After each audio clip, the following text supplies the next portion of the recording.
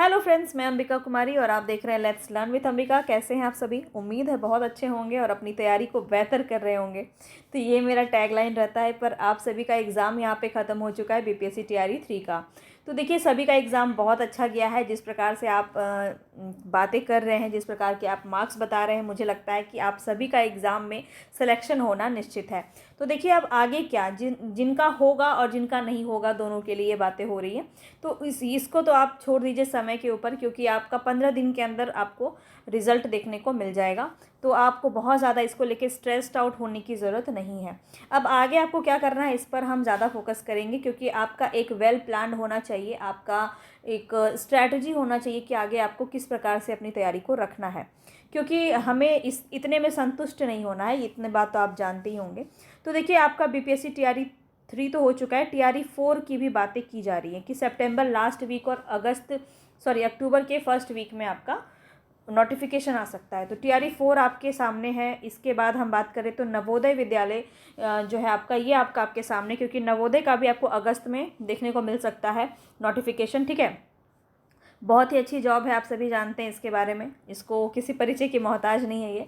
और इसीलिए एनवीएस के लिए आप बहुत अच्छे से प्रिपरेशन कर सकते हैं। ईएमआरएस की भी बातें चल रही हैं कि ईएमआरएस भी आपको इस साल देखने को मिल सकता है। तो ये भी आपके हाथ में है। यूपी के भी बहुत सारे अभी यूपी टीजीटी पीजीटी के भी आपके चल रहे हैं बात। ठीक है, तो ये सभी चीज़ें जो हैं आपके एग्ज़ाम के दृष्टिकोण से काफ़ी इंपॉर्टेंट है, चाहे DSSB भी हो। ठीक है, तो यहाँ पे इतने सारे एग्ज़ाम के लिए आपको करना क्या है, आपको हिंदी साहित्य पढ़ना है। बहुत ही इंपॉर्टेंट बातें मैं आपको बताऊंगी, तो ध्यान से बस आप 5 मिनट का समय दीजिए मुझे, काफ़ी इंपॉर्टेंट रहेगा। पूरा सिलेबस भी डिस्कस करूंगी आपके साथ नवोदय का। ठीक है, तो ये जो आप सिलेबस देख रहे हैं ना, ये टीजीटी हिंदी का सिलेबस है। आपको पीजीटी हिंदी भी दिखाऊंगी, टीजीटी हिंदी भी दिखाऊंगी। और एक बात आपका जो है, बहुत कॉमन क्वेश्चन रहता है कि मैम क्या ये क्लास आपका बीपीएससी के लिए है, 6 to 8 के लिए है, 9 to 10 के लिए है? आप सभी देख रहे हैं कि हर प्रकार के लेवल के क्वेश्चन हर एक एग्ज़ाम में देखने को मिल रहे हैं। और बहुत ही सिंपल, बहुत ही इजी क्वेश्चन आपके जो है बीपीएससी में इस बार आए, आपने देखा। और मैंने आपको आंसर की वगैरह ये सब मैंने नहीं कराया, क्योंकि ये ऑलरेडी आपके यूट्यूब पे बहुत सारा भरा हुआ है, आप जाके उसको चेक कर सकते हैं। क्योंकि मान्यता तो ये है कि जब तक बीपीएससी खुद एनसीईआरटी अपना आंसर की नहीं देता है, तब तक कोई मतलब नहीं बनता इसको बनाने का। तो आप जाके, आपको अगर लगता है देखना है तो आप जाके देख सकते हैं, वरना आप रिज़ल्ट का भी वेट कर सकते हैं। 15 दिन में आपका रिज़ल्ट भी आ जाएगा। तो चलिए, यहाँ पे हम बहुत ज़्यादा स्ट्रेस नहीं करेंगे कि कट ऑफ क्या होगा या फिर रिज़ल्ट क्या रहेगा नहीं रहेगा। आपका जो कर्म था वो आपने कर दिया, आगे के लिए हमें ये चीज़ें देखनी है। तो देखिए, सबसे इम्पॉर्टेंट बात है यहाँ पे कि नवोदय विद्यालय संगठन का ये आपका पूरा सिलेबस है टीजीटी का। मैं आपको एक बार बता देती हूँ, सभी लोग ये पूछते हैं। तो देखिए, हिंदी साहित्य जो होता है वो कभी भी बदलता नहीं है, वो कोई जीके जीएस नहीं है। जीके जीएस तो ठीक है, जो फैक्चुअल है वो भी नहीं बदलता है, पर कुछ करंट की चीज़ें नहीं है कि आपका बदलेगा, कुछ भी नहीं बदलता है। तो आपका साहित्य वही रहता है। तो साहित्य का कोई लेवल नहीं होता है, थोड़ा नीचे थोड़ा ऊपर कह सकते हैं, जो कि बीपीएससी बहुत ही आसानी से आप क्रैक कर सकते हैं अगर आप इन सभी एग्ज़ाम की तैयारी कर रहे हैं तो। ठीक है, मैं आपको निश्चित रूप से ये बात बता सकती हूँ कि Navodaya, EMRS, UP TGT PGT हो गया, DSSB हो गया, इन सभी एग्ज़ाम में आपका टीआरई वाला क्वेश्चन नहीं आने वाला है। तो आप ये मत सोचेगा कि अगर आप टीआरई अच्छे से कर ले रहे हैं तो आप इन सभी एग्ज़ाम को भी अच्छे से निकाल सकते हैं। इसके लिए आपको बेहतर तैयारी की ज़रूरत है, और इसी को लेकर आज हम बातें यहाँ पे करने वाले हैं। तो आप देखिए, सबसे पहले अगर हम बात करें तो इसका सिलेबस देख सकते हैं। इससे बाहर आपका कोई भी एग्ज़ाम में क्या ही पूछेगा। ये टीजीटी का है, टीजीटी का थोड़ा सा आपका ईजी सा है, जो नॉर्मल होता है, जो कि हिंदी साहित्य का सिलेबस होता है। हर एक एग्ज़ाम के लिए, जिस भी एग्ज़ाम में आपका हिंदी साहित्य पूछा जाता है, उन सभी के लिए आपका इक्वली इम्पॉर्टेंट है। तो कोई भी आज के बाद ये मत पूछेगा कि ये किस क्लास के लिए है और यह किस क्लास के नहीं है। तो हिंदी साहित्य का उद्भव, विकास, गद्य साहित्य की विधाएं, इसके बाद उपन्यास पर आधारित प्रश्न, कहानी पर आधारित प्रश्न, पूरा मैं आपको एक एक जो है टॉपिक वाइज करवाने वाली हूँ। एक एक टॉपिक से आपके प्रश्न रहेंगे। ठीक है, क्वेश्चन मैं आपको डिटेल से सारी चीज़ें करवाना चाहती हूँ। फिर से नाटक, एकांकी पर आधारित प्रश्न रहेंगे, निबंध पर आधारित प्रश्न रहेंगे, यात्रा वृत्तांत पर आधारित प्रश्न रहेंगे, संस्मरण, रेखा चित्र पर आधारित प्रश्न रहेंगे, आत्मकथा, जीवनी पर आधारित प्रश्न रहेंगे, रिपोर्टाज पर आधारित प्रश्न रहेंगे। और काव्य भाग में अगर हम बात करें तो हिंदी काव्य का विकास, आदिकालीन काव्य पर प्रश्न, भक्तिकालीन काव्य पर प्रश्न होंगे, निर्गुण काव्य, सगुण काव्य, सूफी काव्य से। ठीक है, इसके बाद देखिए रीतिकालीन काव्य पर प्रश्न होंगे, आधुनिक कालीन काव्य पर प्रश्न होंगे, जिसमें भारतेंदु युग, द्विवेदी युग, छायावाद, प्रगतिवाद, प्रयोगवाद, नई कविता, समकालीन कविता, ये सभी आपके इसके अंदर आ जाएंगे। हिंदी भाषा का विकास और व्यवहारिक व्याकरण, तो व्याकरण में आपके ये सभी हर एक एग्जाम में पूछे जाते हैं। तो हिंदी भाषा का विकास, हिंदी भाषा की उपभाषाएं, बोलियां, देवनागरी लिपि, उसका विकास, वर्ण विचार, शब्द विचार, जिसके अंदर आपका पर्याय, विलोम, अनेकार्थक, सम, श्रुति, सम, भिन्नार्थक, ये सभी चीज़ें आपकी आ जाएंगी। विकारी शब्द, अविकारी शब्द, वाक्य रचना, जो कि रचना और अर्थ दोनों के आधार पर प्रश्न आपका कूट कूट के पूछा जाता है।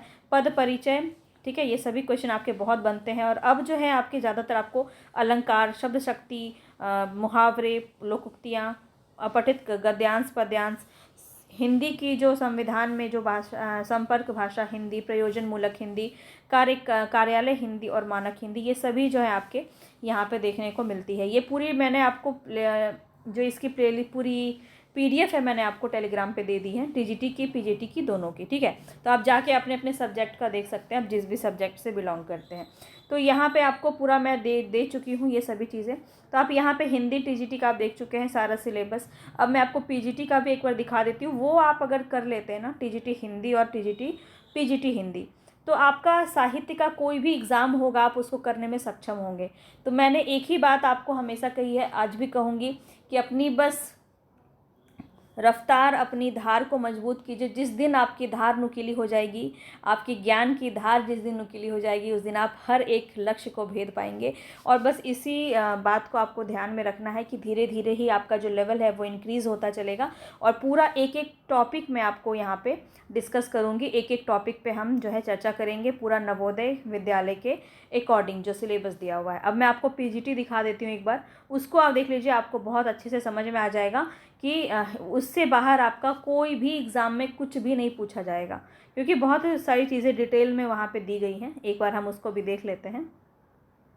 तो यहाँ पे आप देखिए एक बार PGT का जो आपका सिलेबस है NVS का, ये नवोदय का सिलेबस है, ठीक है, लेकिन हर एक एग्ज़ाम के लिए इम्पॉर्टेंट है, चाहे EMRS हो, DSSS हो। आप सभी जानते हैं इसका नेगेटिव मार्किंग रहता है, तो आपको बहुत ही अच्छे से पढ़ने की ज़रूरत है। और यहाँ पे हिंदी साहित्य के इतिहास का विस्तृत अध्ययन, जैसे आदिकाल से रीतिकाल, जिसके अंतर्गत कालगत परिस्थितियाँ, साहित्य पर उसका क्या प्रभाव है, प्रत्येक युग के साहित्य की प्रमुख प्रवृत्तियाँ, उसके रचनाकार, उनकी रचनाएं, साहित्यिक विशेषताएं और भाषा शैली से प्रश्न पूछे जाएंगे। आपको बहुत ही अच्छे से डिटेल में सभी चीज़ें यहाँ पे बताई गई हैं, आप इसको एक बार अच्छे से देख लीजिए। सभी दोनों का ही आपको टेलीग्राम पे मिल जाएगा, जाके आप देख सकते हैं। तो आदिकाल में देखिए कौन से यहाँ पे जो आपको दिया गया स्पेसिफिक, इसको आपको ज़रूर देख लेना है। चंदबरदाई, अमीर खुसरो और विद्यापति। भक्ति काल की बात करें, निर्गुण भक्ति धारा, ज्ञान मार्गी शाखा, प्रेम मार्गी शाखा, जिसके अंदर कबीर, दादू, रैदास, नानक, जायसी और कुतुबन, ये जो आपके दिए गए ना, इसको आपको देखना है। तो आपको स्मार्ट स्टडी भी साथ में करना है, ठीक है। ऐसा नहीं है कि बस शुक्ल जी की पुस्तक लेके बैठ गए और दिन भर उसको रट रहे हैं, तो वैसे भी काम नहीं चलेगा। तो जो भी चीज़ें मैं आपको करवाऊंगी उसको आप निश्चित रूप से देखिए, बहुत ही आसानी से आप सभी चीज़ें कर पाएंगे। सगुण भक्ति धारा के अंदर राम भक्ति शाखा और विष्णु, यहाँ पे जो है आपका कृष्ण होना चाहिए था, औष्ण लिखा हुआ है, कृष्ण होना चाहिए यहाँ पे, कृष्ण भक्ति शाखा, ठीक है। इसमें कौन कौन किसके बारे में यहाँ पे पढ़ना है आपको, तो तुलसीदास, केशव, सूरदास, मीराबाई और अष्टशाप के जो कवि हैं उनके बारे में पढ़ना है। रीतिकाल के अंदर रीतिबद्ध, रीतिसिद्ध और रीतिमुक्त, ये 3 प्रकार के आपके रीतिकाल के अंदर माने जाते हैं, विभाजित किया गया इनको। और इसमें देव, घनानंद, बिहारी, मतीराम, सेनापति, भूषण और पद्माकर। ये मैं आपको क्यों बोल रही हूँ, देखिए इस प्रकार की जो रचना है इसको आप याद करेंगे, क्यों, क्योंकि यहाँ से आपका क्रम से क्वेश्चन पूछा जाएगा। आप बोलते हैं ना कि क्रम का क्वेश्चन कैसे मैम याद करें, तो आपको सिलेबस में दिया गया जो स्पेसिफिक है बिल्कुल, उससे ज़रूर आपका पूछा जा सकता है। वहाँ से आपका इन एग्जामिनर का भी हक बनता है कि ये जो सिलेबस में उनको मेंशन किया गया है, यहाँ से वो डिटेल से क्वेश्चन पूछ सकते हैं। तो आधुनिक काल में भी आपका देखिए क्या है, फिर युगीन परिस्थितियाँ, साहित्यिक पृष्ठभूमि क्या है, फिर मुख्य विचारधारा क्या है आधुनिक काल में, मुख्य साहित्यकार जो है इनमें, साहित्यिक रचनाएं, विशेषताएं जो हैं, भाषा शैली, इसके अंदर भारतेंदु युग में आपको 3 रचनाकार के बारे में पढ़ना है, हरिश्चंद्र, बालमुकुंद गुप्त, बद्री नारायण चौधरी, प्रेमगन, क्योंकि इनकी ही रचनाएं क्रम में पूछी जा सकती हैं। तो इनको हम डेट वाइज पढ़ लेंगे, बहुत ही आसानी से आप कर सकते हैं, पर सिलेबस को आपको अच्छे से समझना होगा। दूसरा है आपका द्विवेदी युग। द्विवेदी युग में महावीर प्रसाद द्विवेदी, श्रीधर पाठक, अयोध्या सिंह उपाध्याय, हरिऔध और मैथिली शरण गुप्त, इनको पढ़ना है। छायावाद में जयशंकर प्रसाद, महादेवी वर्मा, सुमित्रा नंदन पंत, सूर्यकांत त्रिपाठी, निराला। प्रगतिवाद में पंत, निराला, नरेंद्र शर्मा, केदारनाथ अग्रवाल, नागार्जुन। प्रयोगवाद में मुक्ति बोध, नेमीचंद जैन, भारतभूषण अग्रवाल, प्रभाकर माचवे, गिरजा कुमार माथुर, शिव राम विलास शर्मा और अज्ञे। नई कविता में आपके कौन कौन है? भवानी प्रसाद मिश्र, नरेंद्र शर्मा, धूमिल, धर्मवीर भारती, शंभुनाथ सिंह। तो ये सभी आपके नई कविता के अंदर आ जाएंगे। अब गद्य साहित्य का विस्तृत अध्ययन इसमें बताया गया, जिसके अंदर गद्य और अन्य विधाओं का प्रारंभ, विकास, उसकी प्रवृत्तियाँ, प्रमुख साहित्यकार, रचनाएं, साहित्यिक विशेषताएं और भाषा शैली की बात की गई है। अब देखिए, निबंध, कथा साहित्य, उपन्यास और कहानी, नाटक, एकांकी, रेखाचित्र, संस्मरण, यात्रा वृत्तांत, आत्मकथा, जीवनी, पत्र, डायरी, आलोचना, रिपोर्टाज, इन सभी की विधाओं का विस्तृत परिचय आपको यहाँ पे करना है। ठीक है, तो इसको हम जो है क्वेश्चन के माध्यम से देख लेंगे। हिंदी साहित्य में काव्य साहित्य पर आधारित 3 प्रश्न हैं। काव्य साहित्य पर आधारित 3 प्रश्न आपके पूछे जाएंगे, जिसमें कोई आपको पंक्ति दे देगा, जिससे भाव सौंदर्य, सप्रसंग, व्याख्या संबंधित प्रश्न आपके पूछे जा सकते हैं। ठीक है, शिल्प सौंदर्य आपका पूछा सकता है, कोई पंक्ति को दे करके शिल्प सौंदर्य आपका पूछा जा सकता है, जिसके अंदर अमीर खुसरो की पंक्ति हो सकती है, विद्यापति, सूरदास, तुलसीदास, कबीरदास, जायसी, मीराबाई, रस खान, घनानंद, बिहारी लाल, भारतेंदु, मैथिली शरण गुप्त, दिनकर, जयशंकर प्रसाद, महादेवी वर्मा, निराला, पंत, हरिवंश राय बच्चन, मुक्तिबोध, रघुवीर सहाय, केदारनाथ सिंह, भवानी प्रसाद मिश्र, अज्ञे इत्यादि, इनके सभी के एमए तक के जो पाठ्यक्रम पर पढ़ी गई उपयुक्त कवियों की प्रसिद्ध कविताएं। तो ये आपको एक संकेत भी दे दिया गया है कि एमए के जो पाठ्यक्रम है उसमें जो कवियों की कविताएं लगी हुई है वहाँ से आपके पूछे जा सकते हैं। ठीक है, तो इसको हम देखेंगे। इसके बाद जो है सप्रसंग, व्याख्या, भाषा शैली, ये वही है आपका, जिसमें भारतेंदु, रामचंद्र शुक्ल, प्रेमचंद, जैनेन्द्र, इन सभी के कुछ आपके भाषागत शैलीगत प्रश्न भी पूछे जा सकते हैं। कवि और लेखक के जो व्यक्तित्व और औचित्य पर आधारित प्रश्न भी आपके पूछा, इसके 5 भाग होंगे। यह प्रश्न हिंदी साहित्य के प्रसिद्ध कवियों और लेखकों के जीवन परिचय, साहित्य रचनाएं और भाषा शैली पर आधारित होंगे। तो ये आपका पूरा था खंड क। अब खंड ख में क्या है आपका? व्याकरण और रचना, जिसमें देखिए शब्द विचार, शब्द भंडार है, शब्द भेद, अर्थ, रचना, स्रोत, प्रयोग के दृष्टि से जितने भी आपके होते हैं सब कुछ। ठीक है, शब्द युग्म हो गया, शब्द निर्माण हो गया। इसके बाद पद विचार है, जिसमें पदबंध है, पद परिचय है, संज्ञा, सर्वनाम, विशेषण, विकार्य, विकारी, ये सभी चीज़ें आपको इसी में पढ़नी है। फिर वाक्य विचार, जिसमें संरचना, वाक्य भेद, अर्थ और दृष्टि के आधार पर वाक्य परिवर्तन, संश्लेषण और वाक्य विश्लेषण, ये सब है। संधि में आपका आ जाएगा स्वर संधि, व्यंजन, विसर्ग, तीनों करना है। उसका आपके गद्यांश और पद्यांश से भी प्रश्न रहेंगे।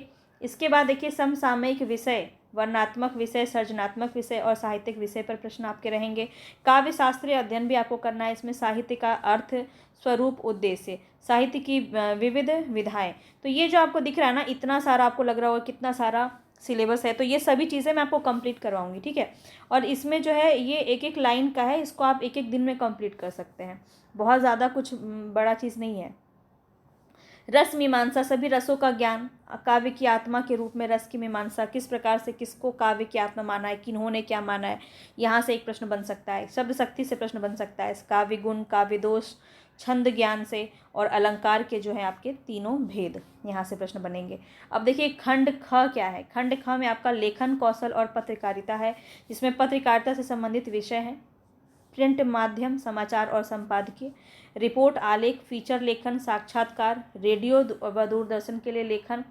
12 में आपने ये सभी चीज़ पढ़े होंगे आपने, तो ये सब रहेगा। रेडियो व दूरदर्शन के लिए लेखन, विज्ञापन लेखन, उद्घोषणा क्या है, स्वागत भाषण क्या है, संगोष्ठी संचालन, यहाँ से एक एक क्वेश्चन आपका बनाया जा सकता है।